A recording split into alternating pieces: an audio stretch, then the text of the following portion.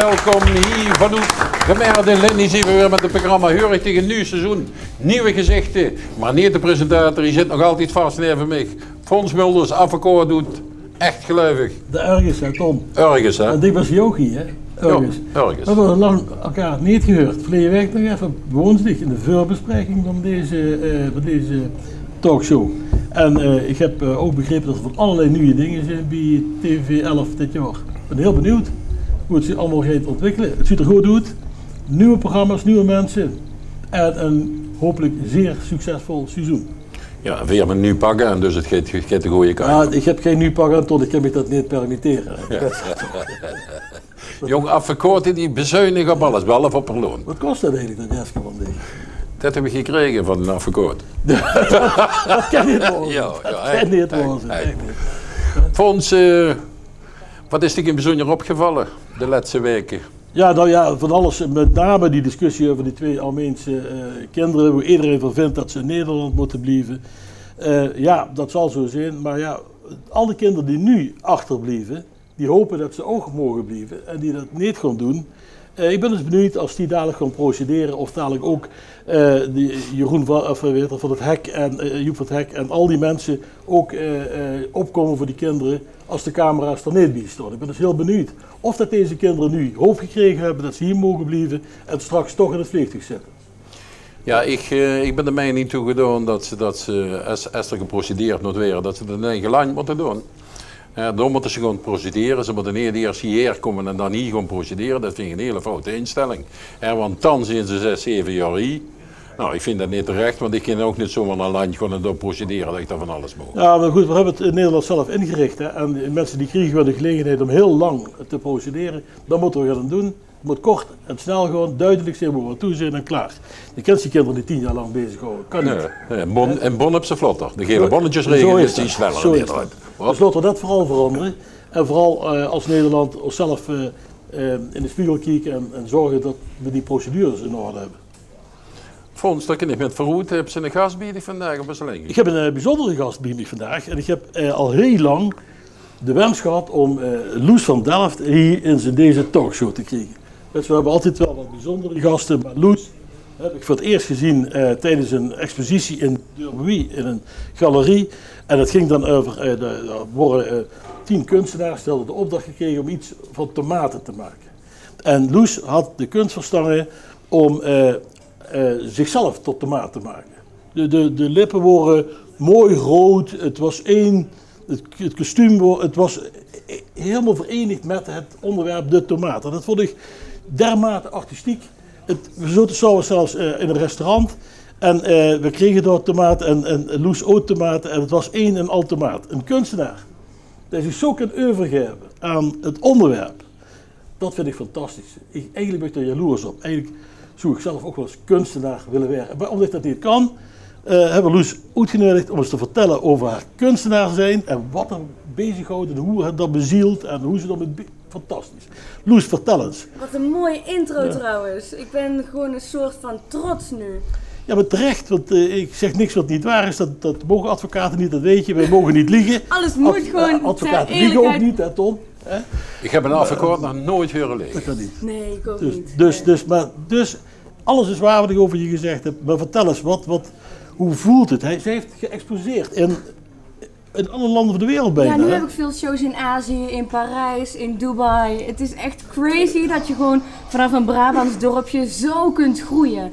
Maar waar ik wel echt onder de indruk van ben en wat ik weet dat heel belangrijk is dat je in jezelf moet geloven. Dus ik zat op de Art Academy en ik tekende al een soort van mijn eigen cartoon. En mijn leraren zeiden zo van, wat is zij nou aan het tekenen? Je moet gewoon een realistische hand tekenen en een fruitschaal en teken wat wij willen dat je tekent. En daar ben ik altijd zo tegen ingegaan. Ik zei, mijn natuur zei gewoon, ik wil tekenen wat ik wil tekenen. En daar ben ik altijd wel in blijven geloven. Maar wat is jouw natuur dan? Wat wil je tekenen? Ik hou niet van realisme. Dus ik vind het heel mooi om een eigen wereld te creëren. En dat doe ik wel met mijn cartoon, wat nu een eigen leven aan het maken is eigenlijk. Ja, nou, bijvoorbeeld je hebt in New York geëxposeerd. Hè? Wat heb je daar nu van je eigen leven geëxposeerd? Wat was het item daar dan? Sowieso wat ik schilder komt uit jezelf. Dus de cartoons die ik maak, de vrolijkheid, de leuke kleuren. Ik vind de wereld heel donker en ik vind het tof om het wat vrolijker te maken. Ik heb ook verder geen boodschap in mijn kunstwerk. Ik vind het leuk als mensen er een vrij en blij en leuk gevoel van krijgen.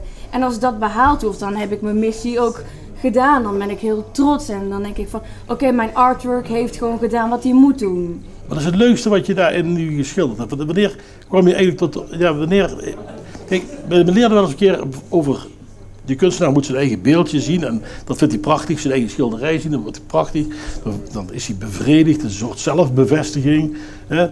Dat is de timmerman die de trap maakt en die dan die trap ziet en fantastisch vindt. Wat is nou het leukste wat je ooit meegemaakt? Dat je klaar kwam met zijn schilderij en dacht, dat vind ik nou geweldig. Ik vind elke schilderij heeft wel gewoon een eigen verhaal.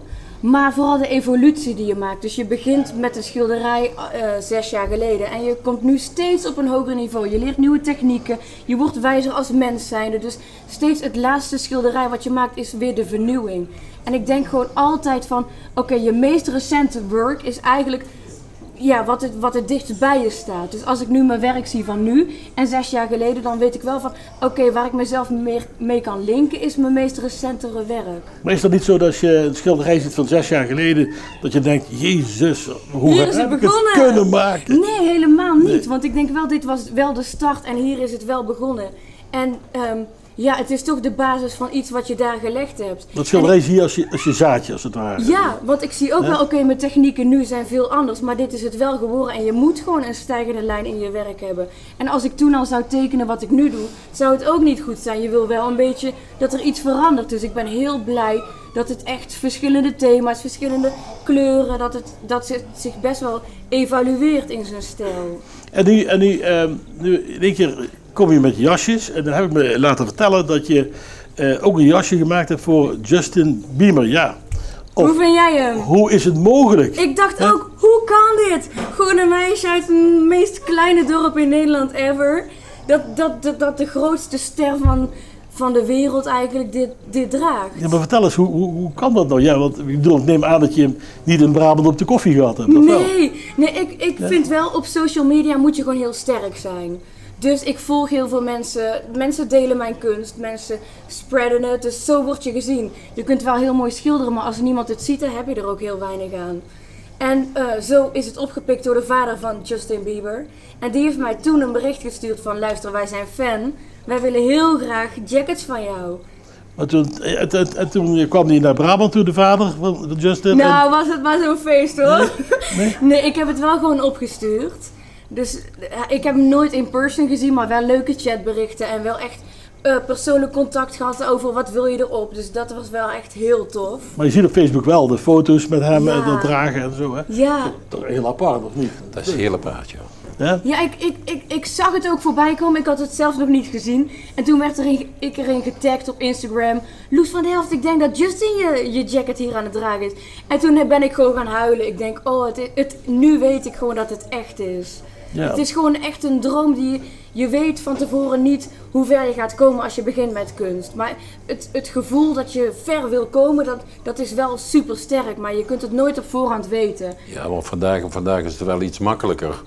Want juist door de social media is het veel makkelijker. Ja. Want vroeger moest je eerst 200 jaar dood zijn en dan viel je op. Ja, en dan word je pas iets waard. Ja. En voornamelijk ook dat je echt in galleries moet hangen. En nu kun je heel zelfstandig iets heel groot maken en daar ben ik wel heel blij mee. Maar dan heb je 2 van die jekjes bij je. Kun je eens eentje aandoen? Laat eens even kijken hoe dat uitziet. Ja, aandoen. Zeker kan ik dat. Waar is Haik? Die moet dat toch begeleiden? Haik, jongen, kom er even bij. Zoals dat in de echte modeshow gaat. Maak eens even wat muziek bij als Loes dat demonstreert. Oh. Zeker. Ja, zeker. Moet toch een beetje beweging hebben. Ja, absoluut.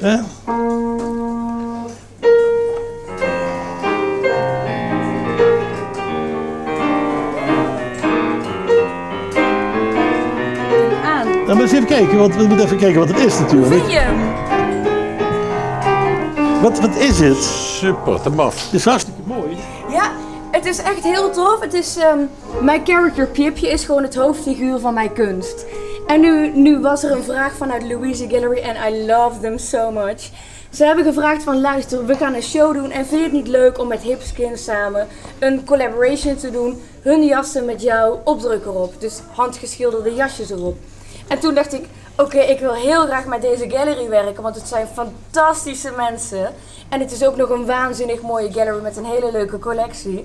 Dus ik dacht, nou, er was geen twijfel mogelijk, dit wil ik super graag.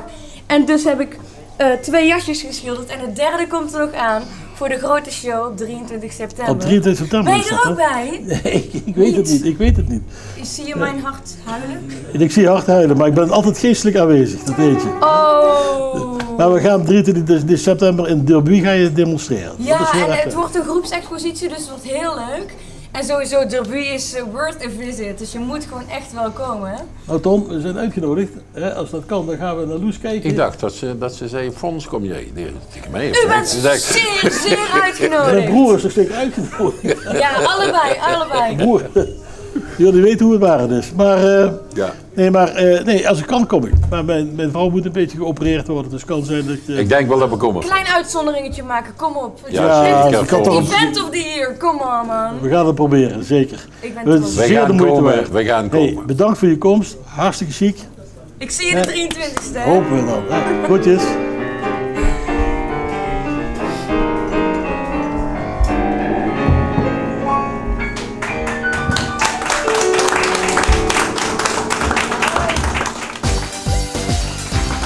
Van het een kleurrijk jasje naar het andere kleurrijk jasje, maar met heel veel hertjes in. Nee, van ons zit Johan Vlemmings, Wim kent hem eigenlijk niet. Ja, maar Johan straalt ook altijd die aandacht en liefde uit. Ja, juist het hartje komt. Ja, het hart zit op de goede plek. Ja, ongetwijfeld, kan niet anders. Ja, en het blijft gelukkig wel kloppen, want dat is natuurlijk ook wel heel belangrijk. Johan, hoe loopt het voort met het proces? Nou, dat is wat minder allemaal. Je proces bedoel je met Patricia Pai? Heb je er meer dan? Nee, gelukkig niet. Nee, het is maar eentje. Eén Patricia Pai. Nee, er is maar 1 Patricia Pai. Er is ook maar 1 proces met Patricia. En er komt ook geen... Heel even in het kort, waar ging het eigenlijk om? Nou, ik had de fantasie, het idee om leuk een Patricia Pai pop te maken. Dat heb ik een keer genoemd in een blad.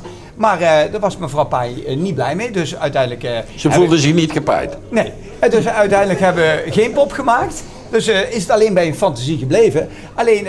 mevrouw Pai vond toch dat die fantasie toch wel €30.000 waard was. Oh! En dat ik €30.000 voor die fantasie moest betalen. Vond ik wel een beetje veel. Uiteindelijk zijn er rechtszaken gekomen. En lang verhaal kort te maken. In augustus zou de rechtszaak dienen. Maar toen was de advocaat van mevrouw Pai ermee gestopt. Dus, of tenminste mevrouw Pai die zei ik wil de advocaat niet meer. Daar kwam het op neer. Maar nu had ze geen advocaat meer. Dus heel de rechtszaak ging niet door. Nu op 12 september gaat mevrouw Pai opnieuw stellen. Zou ze met een nieuwe advocaat gaan komen en gaat de rechtszaak door. Maar wat ik nu hoorde van mijn advocaat is dat er... deze advocaat is het is een strafrechtadvocaat schijnbaar en geen civiele advocaat. Dus die mag de zaak niet voeren. Heb ik ook nog een brief gekregen van mevrouw, van de advocaat, dat ze de zaak willen stoppen. Maar ja, advocaatkosten zijn inmiddels zo ver opgelopen. Ik wil heel graag stoppen. Maar ja, iemand zal het toch moeten betalen. Maar ging het dan om een plaspop of zo? Nee, het was gewoon een hele mooie pop van Patricia Pai. Ik weet dat plassen is een item geweest afgelopen jaar bij Patricia. Ja, dat is veel gezegd geweest. Maar ik weet het niet. Ja, was enorm veel gezeik. Daar weet ik het fijne niet van. Ja, ik ook niet, maar... Nee. Dat ik daar ook niet echt... We zijn er ook niet bij geweest, dus nee. wat dat betreft heb ik er ook geen oordeel over. Maar ik dacht gewoon, ik wilde een soort groot madame tussen, een soort, voordat ik daar weer een claim krijg, in mijn huis allemaal bekende wereldsterren wilde ik na gaan maken. Waaronder Patricia Pai, Gordon, ja. Ook het idee, dus ik ga het ook niet namaken, maar ook een wereldster als Justin Bieber. Leek me leuk om die allemaal te wel voorzichtig dan, heb je weer zo'n... maar ik maak geen pop meer. Dus niet denken dat ik ook geen fonds na ga maken. Ik maak niemand meer. Mij mag je namaken. Oh, dat is fijn. Ja. Nou, ik zoek hem wel. Hè.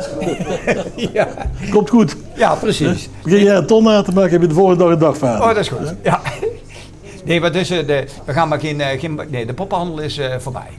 Ja, waar zijn we nou mee bezig op dit moment? Wat is actueel, Johan? Ja, wat heel actueel is, aankomende zaterdag ben ik genodigd, mag ik de wens van 2 mensen uitvoeren die dromen helemaal om te gaan trouwen. En er zijn 2 mensen met het Down-syndroom. Zaterdag is het grote evenement Op reis met Kom Op.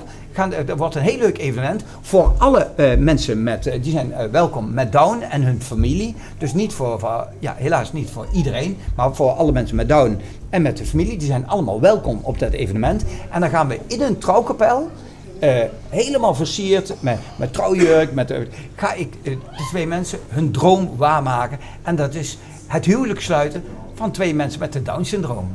En ze kijken er zo naar uit. Echt prachtige jurk, prachtige trouwkleding. Hele mooie kapel, hopelijk op mooi weer. Mooie vogels erbij. En dan ga ik ze in het echt verbinden. Wanneer gaat dat gebeuren? Zaterdag. Jij bedoelt maar waar? Zaterdagmiddag in Best. Daar heb je het Joman Theater. Daar gaat het allemaal gebeuren in Best. En het wordt, ik denk een fantastische belevenis. Om ook voor mij en voor deze mensen nooit meer te vergeten. Wat bijzonder. En krijgt dat ook veel publieke belangstelling? Dat gaat de belangstelling is juist voor alle mensen met Down en hun familie. Dus die komen allemaal kijken. En ze hopen op heel veel support van mensen met Down en de familie. Ja, het is tegenwoordig wel een item. Hè? Dus gisteren was nog een publicatie dat mensen in de zorg of zelfs mensen die aan dementie lijden, dat die toch nog wel affectieve gevoelens hebben. Absoluut, absoluut. En al is het maar een handje vasthouden en noem maar op, maar ook verder bijvoorbeeld ook wel eens een keer met elkaar seks willen. Ja. Dat in die verzorgingstehuizen of in bejaardentehuizen nauwelijks begrepen wordt. Ja. Dat er ook nauwelijks plaats voor is. Hè? Letterlijk zelfs. Je moet het op een eenpersoonsbedje gaan zitten doen of liggen doen. Ja, maar daar hadden we ook eigenlijk dat soort dingen. Poppen waren er eigenlijk ook geschikt voor. Ik wilde juist ook in die zorg gaan. Maar ja, door al die commotie is dat ook nee, maar ik vind het dan toch wel leuk dat het onderwerp is opgepakt wordt en dat het aan de wereld getoond wordt dat mensen die niet het normale patroon volgen van de gemiddelde gezonde mens, dat die mensen ook gewoon net als ieder ander. Ja, ze hebben gewoon een recht op leven van. Ja, maar al heb je een beperking, wil niet zeggen dat je in alles beperkt bent. Nee, zo is dat. Dat is zo belangrijk. Ja, maar dat is meestal het beperkte denken van mensen die heel ruim kunnen denken. Ja, precies. En die hebben dan die beperking. Precies. Ja, maar dat vind ik dan sowieso leuk aan zo'n evenement, dat gewoon weer eens even onder de aandacht komt. Ja. En dat is fantastisch dat dat gebeurt. Ja, en daarom heet die stichting ook Stichting Kom Up. Ja.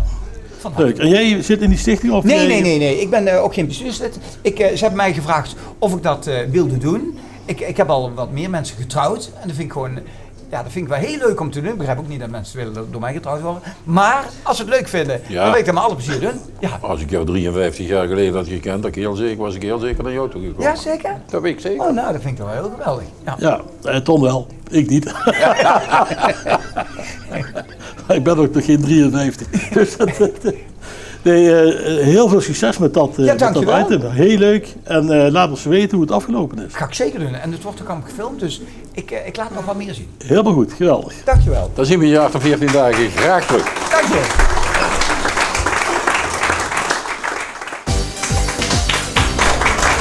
Ja, voor ons als laatste gast deze week. Ik denk dat ik het eigenlijk heel kort in woord kan omschrijven. Waarom zijn we gewoon in de zigeuners gebleven? Ja, dat is natuurlijk een vraag, hè, want vroeger komen we overal zigeuners tegen. Gewoon die trokken gewoon rond, die worden nog niet samengepakt in kampjes. En dat was mijn jeugd. En we hadden een peert en een wagen erachter. En tegenwoordig is dat allemaal in kampjes vervat en afgekapt en niemand mag meer nieuw bouwen. En ofschoon pas nog eens een keer daar een andere rechtspraak over geweest is, weet ik. Ja. Maar ik heb bij me zitten Cookie Wagner en die gaan samen met Maria van der Water gaan ze in Venray een evenement organiseren om iedereen eens te vertellen wat zijn die zigeuners, de Sinti's voornamelijk. De Sinti's, ja. Wie zijn wij nou en wat doen we nou en hoe denken wij nou, wat is nou onze cultuur en waarom moeten we dit bewaren voor het nageslacht en waarom is het zo belangrijk? Nou, vertel eens, wat was jullie gedachte daarachter? Nou, eigenlijk hebben wij 2 jaar terug Latio Divus opgericht. En Latio Divus betekent in de Sinti-cultuur een begroeting eigenlijk. En dat betekent... Hoe zeg je dat? Latio Divus. Latio Divus. Het betekent een begroeting van een goede dag. Dus als wij iemand tegenkomen van Sinti en zeggen we Lacho Divus is een begroeting. En daar hebben wij eigenlijk een evenement van opgericht en die heet eigenlijk Lacho Divus. En Lacho Divus is eigenlijk al 2 jaar bezig geweest in Bekerdoom. Daar hebben wij 2 jaar een festival gehad. En hebben eigenlijk heel succes geslaagde feest gehad. We hadden echt gewoon 2000 bezoekers per dag. En eigenlijk wilden we naar een andere plaatsje toe en dan was in de gedachte van we gaan eens naar Venray. Want mijn moeder is eigenlijk ook zeg maar uit Sinti, maar die is in Limburg geboren. En ik wou dus eigenlijk meer naar Limburg toe ingaan. En eigenlijk laten we die hier ook verder door het land sturen. En dan mensen laten zien wat ons festival, onze doel is. Dus samenwerking met de bevolking en de Sinti. Maar vertel eens, wat zit nu in je bloed? Wat zit in het bloed van de Sinti in zijn algemeenheid? Dat hij die vrijheid wil, dat hij zo wil leven als hij leeft. Waarom niet gewoon lekker in een huisje met een gazonnetje waar alles goed geregeld is, kindertjes naar school? Ja, nou, we leven nu al een heel stuk vooruit. De kindertjes gaan meteen naar school. Dat is wel wat die moeten nou heel erg leren, want dat is nu eigenlijk onze richtlijst. Want vroeger was dat niet, vroeger gingen ze met paard en wagentjes. We zijn nog Sinti's die houden dat nog vast voor onze cultuur vast te houden. De ministerie van Den Haag, want daar heb je net ook gegeven, die wou uitsterfbeleid, hebben ze dat gezegd, dat moet afgelopen zijn. De Sinti's moeten weer gewoon iedereen in Nederland oppakken en wat ze willen, dat ze die cultuur vasthouden. Dus het ministerie van Den Haag heeft dat toestemming gegeven. En nu komen we met ons festival eigenlijk al het 2e jaar. En ja, die vrijheid dat is toch anders. Je leeft eigenlijk rond en je trekt eigenlijk door het hele land. En dat kan ik nog net volgen, maar wat mijn vraag een beetje was, Koekje, was, wat stroomt dan door je bloed? Wat is dat nou, die vrijheid wat jullie zoeken? Wat is dat nou anders als de gemiddelde... De drang om de wereld te leren kennen, denk ik. Ja, alle mooie dingen van de wereld en gewoon vrij leven, zonder tuinen, zonder hekken. Dat is niet zo van zigeuners afkomstig kunnen zijn, weet je? Nee, ik ben niet van zigeuners afkomstig. Maar ik wel. Maar ik heb het wel in het bloed. Maar ik wel. Ik ben ook een trekker. Ik ben zowel van mijn vaderskant als van mijn moederskant oorspronkelijk afkomstig van zigeuners.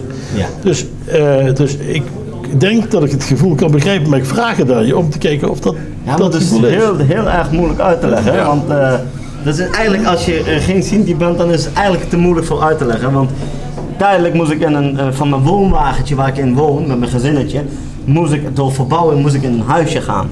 Tot Overbrugge. Maar dat was voor mij een hel. Dat was gewoon een hel. Die muren kwamen op mij af. Maar ik krijg dat van thuis mee, want mijn kinderen ook van thuis. Als jij geleerd wordt van thuis af, word je zo opgevoed, dan is het heel moeilijk als je anders moet omschakelen. Dat gaat door je hele lichaam, dat is niet te beschrijven. Je hebt dus even vanuit de wagen zeg maar in een huisje gewoond en toen ben je terug naar mijn wagen. Terug naar de wagen gegaan. Ja, dat was voor mij een vrijheid. Dat is een vogeltje die je in de kooi openmaakt en je zegt, tuurlijk, je bent vrij. Je hebt een idee dat je weg kan en daar gaat het eigenlijk om. Maar wat is eigenlijk te doen op die dag? Op de doelen deze dag, we hebben Lacho Divus opgericht voor de Sinti's een beetje door het land weer te laten trekken. Maar ook de Nederlandse bevolking samen met ons te proeven wat wij doen en die gastvrijheid wat we altijd betekenen. En de vooroordelen ook weghalen, want iedereen woont in een kampje en iedereen ziet zo'n opnadigheid.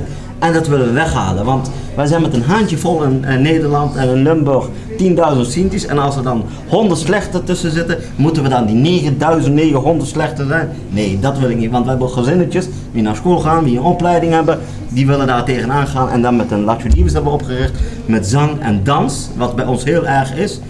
Je kent de Rosenberg trio, je kent Django Wagner, dat is mijn neefje. Ik heb hier een zangertje, die is Rudy Wagner, die heeft een singeltje uitgebracht van Lacho Divus, Nederlandstalig en Romanes. En ja, bij ons is onze eetgewoonte is anders wat andere mensen niet kennen. Nou. En onze muziek, dat is heel anders. Maar gaan jullie het ook doen? Gaan jullie ook koken daar? Ja. De vrouwen gaan koken. Ik help Koepie omdat hij al aangaf van zij gingen vroeger niet naar school. Dus het invullen van alle formuliertjes en alle vergunningen is een klein beetje moeilijk. Hele goede vrienden, onderhand familie van ons zijn zij geworden. En zo helpen wij hen zeg maar, met alle formuliertjes invullen, met het goed communiceren naar de pers, naar de gemeentes, naar alle instanties. Maar de vrouwen gaan inderdaad vanaf morgen op het kamp 3 dagen koken En iedereen kan dat op vrijdag en zaterdag komen proeven. Hoe ziet zo'n kamp een beetje uit? Een open vlakte met wagens en met kampvuur en met keuken en met zang en veel. Ja, dat wordt altijd met dat muziek. idee. Ja, dat idee dat is ook wel een beetje de idee. Ja, bij ons is altijd muziek, een vuurtje en er wordt gekookt. Onder elkaar is de deuren staan altijd open, er zit geen belletje aan. En waar wordt dat gehouden? Op welk plek? Dat wordt hier in Venray in de evenementenhal in Venray gehouden, 14 en 15 september. En er zijn ook wagentjes te bezichtigen, hoe we vroeger met paard en wagen gingen. Die komen daar ook voor te bezichtigen. En onze eten, onze geunengoulash, onze klezi, mensen kunnen proeven. Ja, dat is geweldig. Ja, leuk om meemaken. Als ik dan vrijdag zou willen komen, ik zeg maar iets. Dan van harte welkom. Hoe laat moet ik er zijn of mag ik er zijn? Vanaf 4 uur gaat de poort open in Venray en van zaterdag is het vanaf 's middags 2 uur gaat de poort open. En dan is het tot s'avonds 11 uur, alle 2 dagen lang. En ja, jullie zijn van harte welkom. Dankjewel. En Limburg hier naar Venray. Wij wensen jullie veel succes. Ik denk dat het wel gaat slagen, want het lijkt me super interessant. Nou, Dus in ieder geval vriendelijk en zorgelijk. Dus, bij deze zijn jullie uitgenodigd. Kom lekker. zeg nog een keer de datum, waar was het? 14 en 15 september in Venray. In Venray in de evenementenhal. In de evenementenhallen. Even naar de schuiners toe. Het is leuk om te zien om dat een keer met te maken. Verder kun je alleen maar zeggen, dit was het van onze kant. Ik zal zeggen, tot de volgende week. In gezondheid hoop ik. En dan is even verstand wat terug bij Heel richtig. Hurchtig Fonds.